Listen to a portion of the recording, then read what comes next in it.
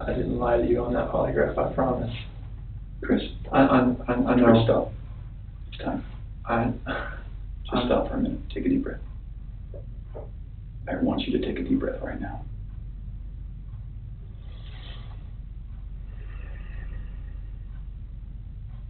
There's a reason you feel sick to your stomach. And when people hold stuff inside, it makes you physically ill. And I can just tell on your face, I could tell from the second you walked in that you were wanting to just come clean and just be done with this. This is a technique known as social exchange, an interpersonal persuasion strategy in which the interrogator provides the suspect with a psychological reward in return for the information they need. In this case, she's trying to convince Chris that the alleviation of mental weight is a worthy trade for a confession. She does this in a manner that protects his self-esteem by giving him appreciative reinforcements. And I appreciate that because you knew sitting down in that chair that you weren't going to pass today. And you knew I was going to find out because I told you that. And then you continued to stay knowing that you could, at the end, say, you know what? I just need to get this off my chest. Everything that I've told you, I did not lie on this polygraph. I don't know how much I could tell you right now, like, I did not. It's not even an option right now because you did not pass the polygraph, so I know you were being deceptive. So that's not even an issue right now. The issue right now is what happened to Shanann, Bella, and Celeste. The following tactic is called the futility technique, a building block to induce a sense in a suspect that any resistance on behalf of their cause is futile due to the overwhelming evidence against them. This was obviously not the case, as polygraphs are not admissible evidence, and Chris was in fact still free to leave at this point. That's the issue right now. Okay. Okay, so let's talk about that. I've I know you want to tell us. I can see it in your face. Holding this lie in is going to do nothing for you. I know this. Like, Okay. I'm not, like, trying to, like, cover things up, like... Yeah, but you kind of are, because it's normal. This is no longer an interview to collect information. The steps of asking questions and receiving answers is over, and the interrogators are now in the process of leading the suspect into a state of mental exhaustion. The detectives will attentively watch for denials and stop them before they can be voiced. Letting the suspect deny his guilt will only increase his confidence and prolong his cerebral stamina. Normal people would do that. Normal people that make a mistake initially are going to go, I don't know what you're talking about, I didn't do anything. That's normal. I would expect that. That's a natural reaction that someone's going to initially lie about something like that and then eventually tell the truth. So this is your eventually telling the truth time. This is where the rubber meets the road, Chris. Like, don't let this continue any longer, please. I'm not trying to make anything continue. Like, I want them back home, like... But you know they're not coming back home. You know that. I don't know in the back of my head. I hope they come back home. But you know they're not. Chris, Tammy and I are confused, okay? And here's what we're confused about. I told you that we've done some work overnight. Yes. I told you that we've got a lot of leads, okay? That wasn't a lie. I know. We know a lot more than we think we do, okay? The dossier technique is a variant of the futility technique, the only difference being that the detectives are far more cryptic and often deceptive about the evidence they have. This will hint at things in a vague manner for the purpose of escalating a suspect's uncertainty. Where are they? I don't know where they're at.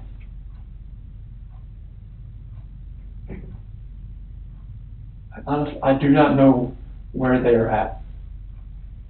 If I could have my babies back home right now, I would. I want them back. I want everybody back. That is the God's honest truth. Although the detectives want to intensify Chris's psychological stress levels, they do not want him to become reactively agitated, as this could lead him to objecting and resisting every step of the way, and the interrogation will never get off the ground. It also significantly increases the chances of him requesting legal counsel and ending the interrogation outright. This elicits the interrogator to change approach and utilize what is known as the ego-up technique, where the detective will build on the self-respect of the suspect through positive reinforcement. It is very surprising to me, and it warms my heart that you're the type of dad who can pack a bag in the morning, and you know just what to put in there, and you know just what to put in there as a backup in case they have an accident, okay? You know what the clothes to put in there, You know what they have for breakfast, you know what they have for a snack, and a dinner, and a nighttime snack. You can tell me the book you read to your daughters, okay? I know you love them. But you aren't here today lying about something else. So we need to talk about that, okay? I cheated on her. I know. And this is very good. Keep I saw her, took my breath away, and I never thought in a million years that could happen. I know. I never felt that way about anybody in my lifetime. Mm-hmm. I'm not proud of it. She accused me of it. I denied it. I cheated on her, and I feel horrible for it. Like, she was pregnant, and it was, I don't want to, I didn't hurt her. You're doing a good job. This is the Chris that I knew would come out today. This is the Chris who tells the truth because you're a truth teller. I don't think this girl did anything to hurt anybody. We're going to leave her out of it. Okay. Get back to your wife and your daughters. Okay. Where are they? That I do not know. That was what I was holding back. Like, I didn't know, like, what I did. I know. Chris, in the interview today, you weren't asked about infidelity. You were asked about... I was holding back from last night. That's when not you why talked. you failed today. That's not how that works. Here's the challenge that we have. We knew about Nikki, and so we didn't need to ask you about her in the polygraph. We just didn't need to, because we knew, okay? And so that's why we didn't ask you, because we already knew the answer, okay? We're very, very worried about your daughters and your wife. I am too. This should have been the happiest time of your marriage, okay? You and Shanann. This should have been the happiest time. She's making a little money. She's making good money. You're making great money. You both have a job. You have beautiful kids. You have a beautiful house. You're in Colorado. Clean air, good people. Okay? And on top of that, you look pretty good now. You're pretty fit. Okay? This should have been a time in your marriage where you guys were happy and thriving and productive. Okay? And I believe that Shanann's the reason none of that happened. This is called the how and why solution, a technique that allows the suspect to admit a lesser act and blame the victims, while at the same time minimizing the crime and motivations of his actions. I believe that she's a controlling person. Maybe doesn't listen to you as much as she should. I think that she can do whatever she wants and you can't. Okay? I think if you were to go to a restaurant, she would order whatever the hell she wants. And as soon as you order a nice steak, she says, whoa, buddy. That's because you're a good person. And I think that she started on the path to leave the marriage. Okay? It's ironic that we're talking about you and Nikki. I think that she was the one who started on that path first. What do you think about that? I wouldn't have thought about Okay. And the other thing I think is interesting is, even though she is that type of person that's controlling, doesn't listen, does what she wants, is walking away from her kids, here you are defending her. Because to your core, you want to take care of the people you love. Okay. And that's the reason why we want to give you an opportunity today to just help us find them. Okay? Chris, right now your dad's outside. He flew across the country to help you. Okay? You're lying to him.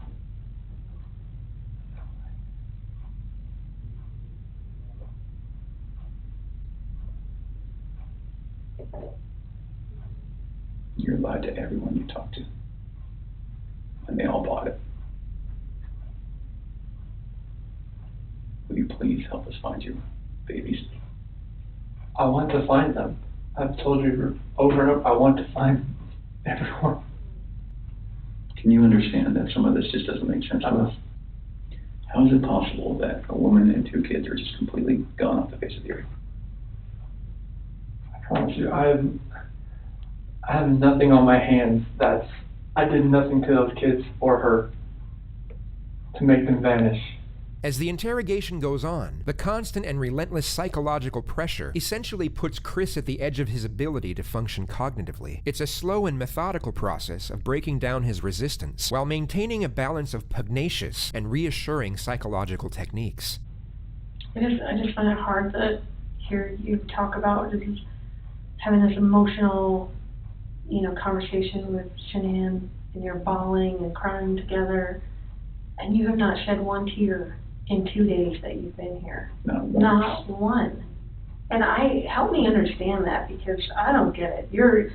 These are your baby girls, and you have not shed one tear over them not being around. Chris, I lose my 4-year-old in the store for 10 seconds, and I start to go panic.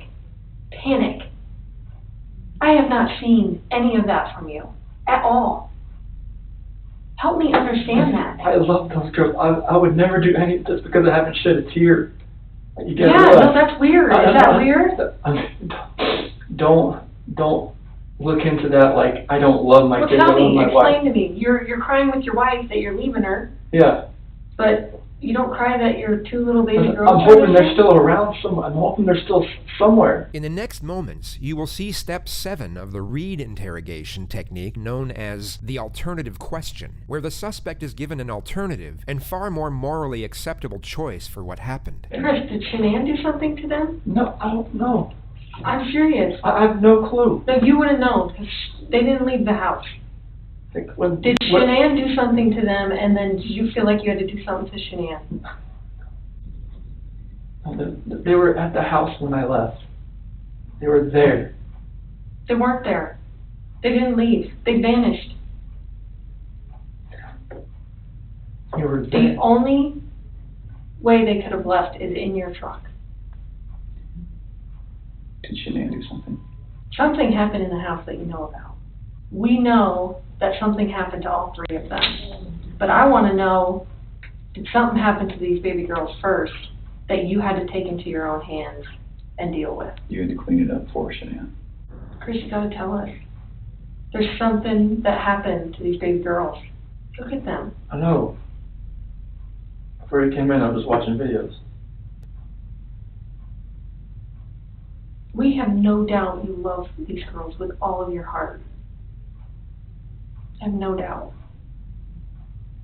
But we make mistakes. That's okay. It's what we do with those mistakes that make us who we are. Chris, it seems like you're thinking about it right now. What are you thinking about?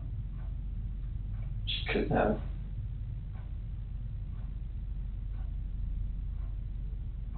I feel like you cleaned up for her. I feel like that's the type of guy that you are. Chris, this is a weight that's going to be on you for the rest of your life until we resolve it tonight. Unless we can talk about this more tonight, this is going to follow you forever. I promise you, when you start talking to us, you will feel better. Chris, we're giving you a lifeline right now. You need to take it. You need to reach out and take it. Chris, you took them out of the house with their blankets and their animals. And that's because you cared. That's what a caring dad does. And you either cleaned up after Shanann or you made the mistake. And I mean, I want to believe that maybe Shanann did it and you felt compelled to fix this so Shanann didn't look bad. That's what I want to believe. But I don't know, you're not telling me that, so it makes me think the worst. Like, did you I did not do anything. all 3 of them? I did not do anything with these kids. Not do anything. What did Shanann do to them? Tell us, Chris. Chicks are crazy. Can I talk to my dad or something? Absolutely. Come. Do you want to bring him in here? No, I just need to talk to my dad. Like, he flew across the country. Hey, Chris, I can't. how about this? If we brought your dad in here, would you please tell him what happened? And you need to realize that your dad is not going to stop loving you no matter what you tell him. You are his child, and he will not stop loving you. Never. Ever. And this is not the last chapter in anyone's story. At all. Okay. Hey, Chris, we're going to let you have however much time you need, okay? Sure. You gonna leave us in there or no? Yeah. Yes. Okay. Tell us how long anything, or? And it's, polygraph. Failed it. failed it. There, 'cause there's Too much emotions. it's Anything else you wanna tell me, what's going on, or what happened, or anything, if you know anything about? when we had that conversation that morning, it was emotional and told her about separation and everything like that. Mm-hmm.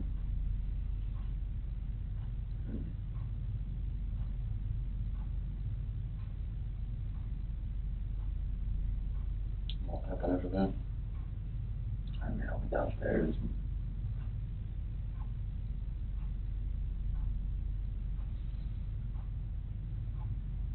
I don't want to protect her. What? I don't want to protect her.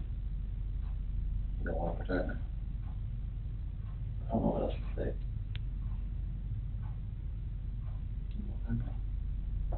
Huh? She hurt him? Yeah. And that, What now? I freaked out when I heard her. You hurt her?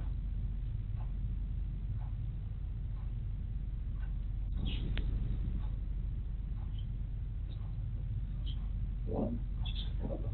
She smothered? Or choking?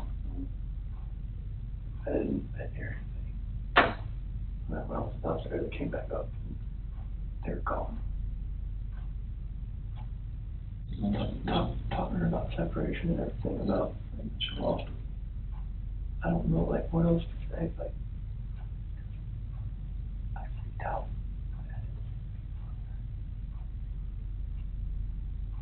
Those are my kids. I heard like a little commotion upstairs, but I didn't think anything of it. Mm-hmm. And then you went back upstairs and she was, There, I could see, like, she was on top. what, choking her, or? Did she kill her? They're blue. Both of them? Yeah. She choked both of them to death. I freaked out at the same thing.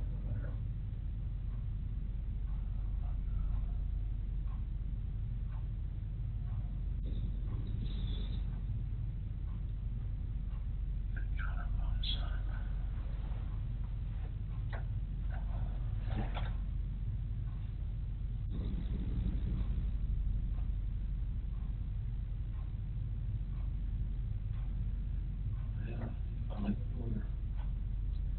See what he can do. Make the range. Just get to kill her. What's that? Come on in. Less than 10 seconds after the mention of the word lawyer, the detectives re-enter the room and immediately reinforce Chris with non-verbal empathic communication. They immediately divert Chris's attention from the well-informed advice of his father to their own appreciative reception of his contemporary admittance. Chris, help us work through this with you, okay?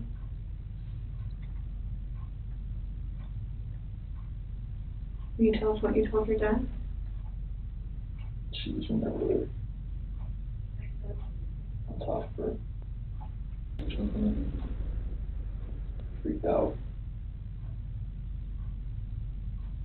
I ran in there and got on top of her. What'd you do? Blue. Those are my babies. Those are my kids. What happened? In there. Who's your name? Although not the full avowal they are pursuing, Chris has still confessed partly to the crimes, and they now have one foot in the door. He is no longer free to leave. The interrogation now returns to a non-suggestive process, where the detectives will collect further information, where they will not contaminate with excessive or direct input. Nothing next. I have no idea what's going on. I'm shaking. Both my kids are blue and they're gone. I feel horrible for what I did. I didn't know what to do. Where are we now? I think the hard part. We have left. Can you tell us where they're at? We can help you get them out of the cold. At that first location I went to that day. I don't know what to do. I know. I didn't know what to fucking do. Like, none of this made sense. Why would she hurt my fucking girls? I'm sorry. I know. I know you are. I know you came in today to do the right thing.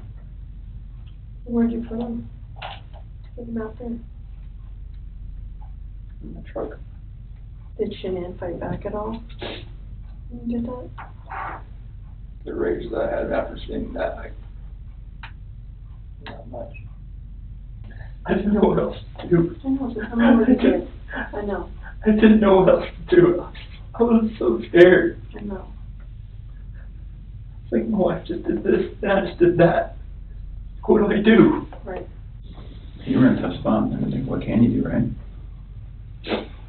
Sometimes your body just kind of takes over and...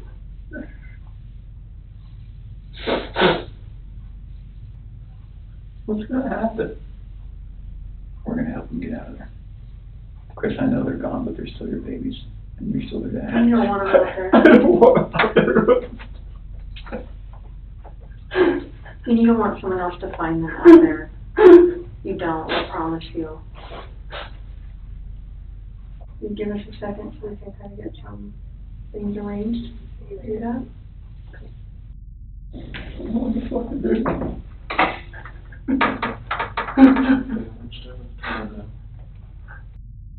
This is just fucking horrible. I've always said she was an unstable person, but I never thought that in a million years that could happen. She just lost it. Why does this happen to me? Well, why did this happen to those two little girls?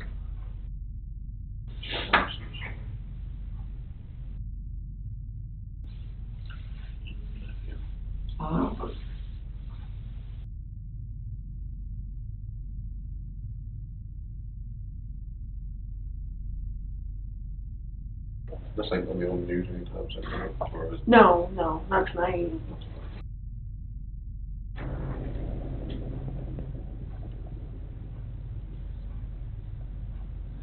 Whereabouts is Shanann and the girls? Shanann right there. That is for Shanann, okay. And where are the girls at? Here. In these? Mhm.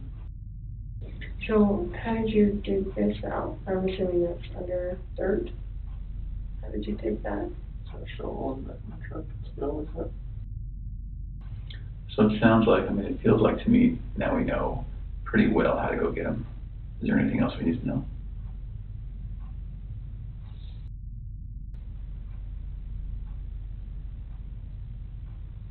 What do you think of that, Chris?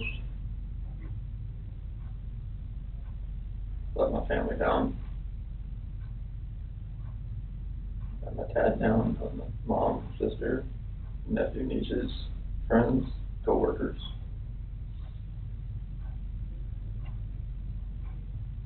Can I ask you another tough question? You just get it all on the table. When you see Shanann choking, strangling Celeste, and you get her off of Celeste, did you think about calling an ambulance? How come? I see you lying there blue and limp. Mm-hmm. I've never seen something like that in my life. She just laid over, nothing she wasn't moving at all, no gasp of breath. She was totally just blue. After the baseline information of Chris's version of events is gathered, he is now locked into an alibi and timeline of affairs that forensics will subsequently examine and dissect in ways so they can use it against him. The tone of the interrogation then reverts back from information gathering to a confrontational nature. So Chris, doing this job for a long time. I know. I know a lot about psychology and as far as what people are thinking. And most parents will never even want to fathom that their kid is dead. Even if their kid's stiff, blue in bed, stiff been dead all night, they still call an ambulance to see if someone can revive their child. And when the ambulance gets there, they're like, gosh, their kid's been dead all night, like, there's nothing we can do. And the parents are like, why are you not doing something? What are you talking about? So that's what we're used to, so that's why I want you to explain to me, like, what was going on in your head and. The rage I felt for what she did, it just took over. I would hate for Shanann to get a bad rap if she didn't have anything to do with it. You know, it's not fair. I know. It's not fair. There is no technical term for this approach, yet it's a clear attempt by the detective to interconnect to the suspect's sense of morality, which is always under the assumption that they have any. Like, enough bad stuff has happened. Like, we need to stop the bad stuff from happening. So, you want to tell us the truth? That is true. So you're good with the public knowing that Shanann killed her daughters? I did not hurt these girls. Are you okay with the public knowing that Shanann? Yes, because I did not hurt these girls. Chris, I'm not sure I believe you. Are you sure Shanann didn't catch you in? No, my God, no. Don't get mad, but what it looks like is that you found a new life, and the only way to get that new life was to get rid of the old life. And I think that you killed these girls before their mom came home, and then killed Shanann. And that's what we're kind of left, that's what we have to believe, because it just doesn't make sense. I mean, to her point, if I walked in and my kid was decapitated, I'd call an ambulance, right? So knowing there's no hope. It just doesn't make sense. It just doesn't add up. So either you're this monster who says, I just want this young, hot girlfriend, so I'm going to kill everyone and hope it works out, or something. So I think we're very, very close to the truth, but not quite there yet.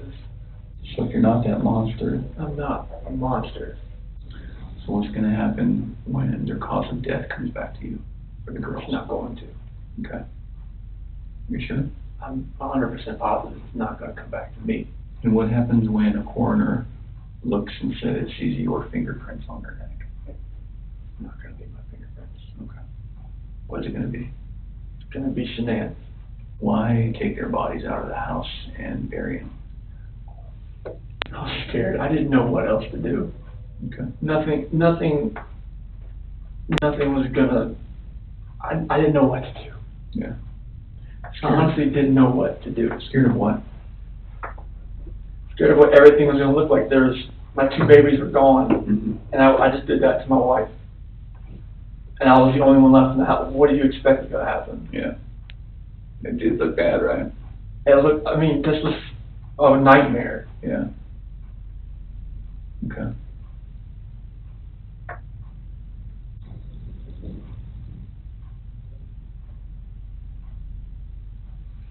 Yesterday when you were talking, again, this is before we kind of got to this moment today, you mentioned that we were talking, you said, I don't know where they are, and then you said something along the lines of, whatever happened to them, this act of pure evil. What does that mean? It's the evil that I saw when I walked behind Shanann and she was on top of CC. And then I felt evil for what I did to Shanann. Okay.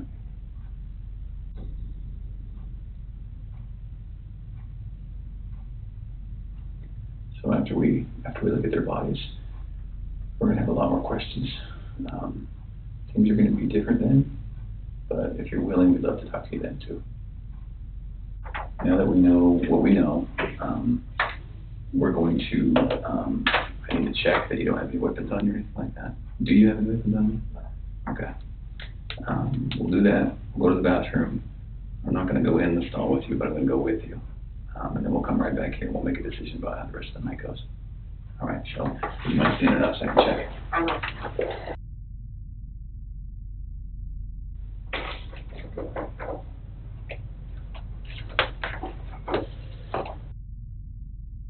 This interrogation was a true testimony of how mental fatigue can restructure an individual's cognitive rationale. Chris maintained his innocence even after the failed polygraph, and if he had kept that stance, he would have walked out of that police department as a free man for at least another night. Yet, after a prolonged state of isolation, anxiety, and fear, coupled with the cerebral influencing tactics of the interrogators, the alleviation of getting out of that situation was in that moment perceived as enough of a luxury to exchange his freedom for it. Chris, come stand up for me. I'm going to have you face that wall. Lift up your hands.